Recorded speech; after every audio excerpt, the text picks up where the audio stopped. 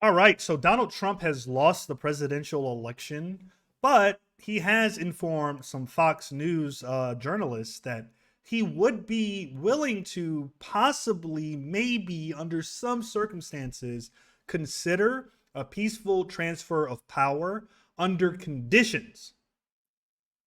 So, the president of the United States has conditions for a peaceful transfer of power. It's unbelievable, but okay, what might Donald Trump's conditions be? I'm curious to see this.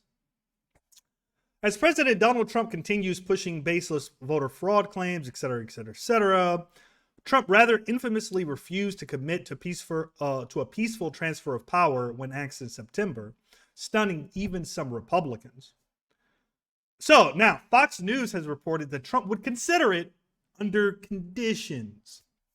The report reads, sources close to President Trump told Fox News he plans to graciously concede and commit to a peaceful transfer of power if the campaign's legal challenges fail to open up a path for a second term.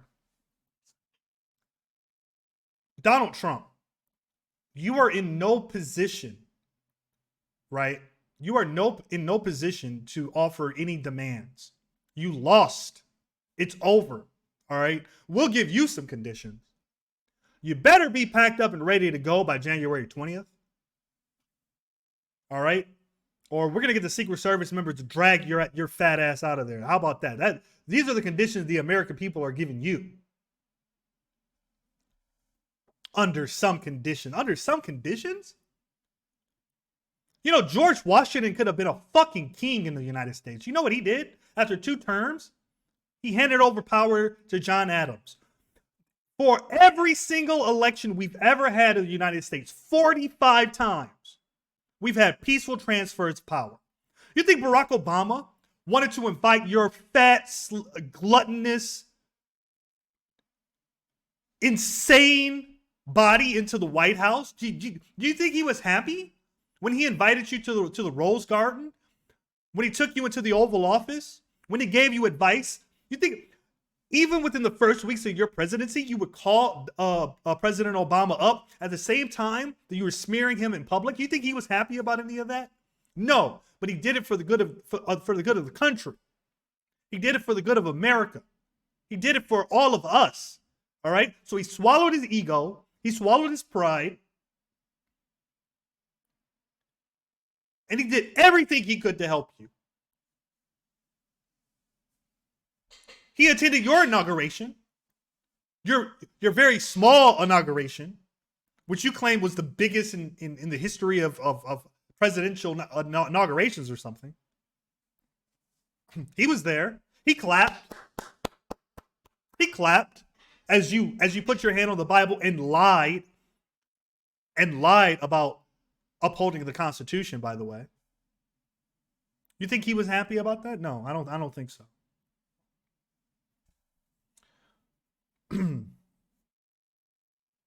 Sources close to President Trump told Fox News he plans to graciously concede if the campaign's legal challenges fail to open up a path.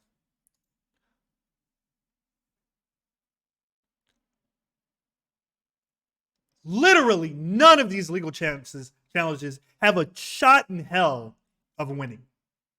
None. They're all bogus. They're all made up. They have no evidence of voter fraud. He should have called Joe Biden tonight. He should have congratulated him on a hard-fought campaign. And he should have promised Joe Biden that he was going to do everything he could to help Biden as the country depends upon it. But no, he was playing golf. He swore to never concede.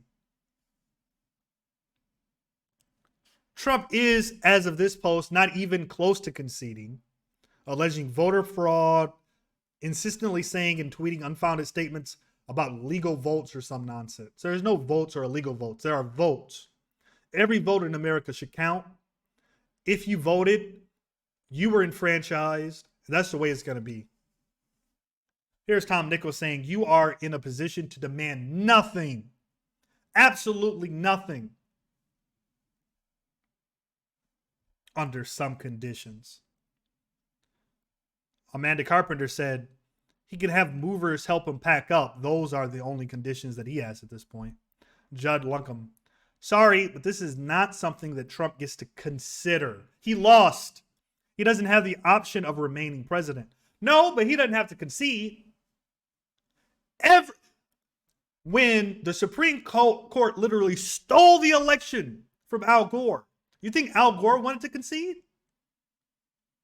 He won more popular vote count, more popular vote. He had more votes in Florida, but they were talking about all these hanging chat, this and blah blah blah blah blah. And the Supreme Court stopped the count in Florida. Do you think Al Gore wanted to stand up in front of the American people and give a speech? But he did it. He did it for the good of the country.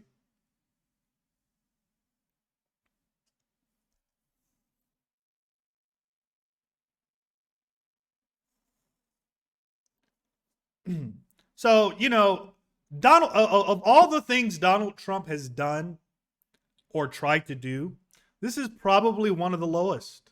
I mean, it's right up there with everything he's done. He's done some pretty low things, right? From immigration, not allowing those immigrants from Latin America to come in. A mother and daughter die right by the border fence, right? Locking kids up in cages. He's done some horrific things as president of the United States. And I suppose those are worse. But this one, basically threatening a civil war. Because if he doesn't concede, what does that mean? Does that mean that we don't have a legit government in the United States? 70 million people voted for Donald Trump.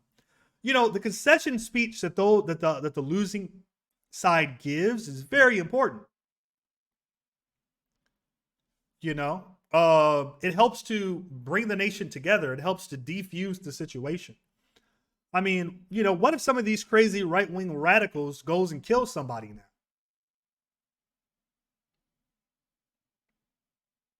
Whose hands will innocent people's,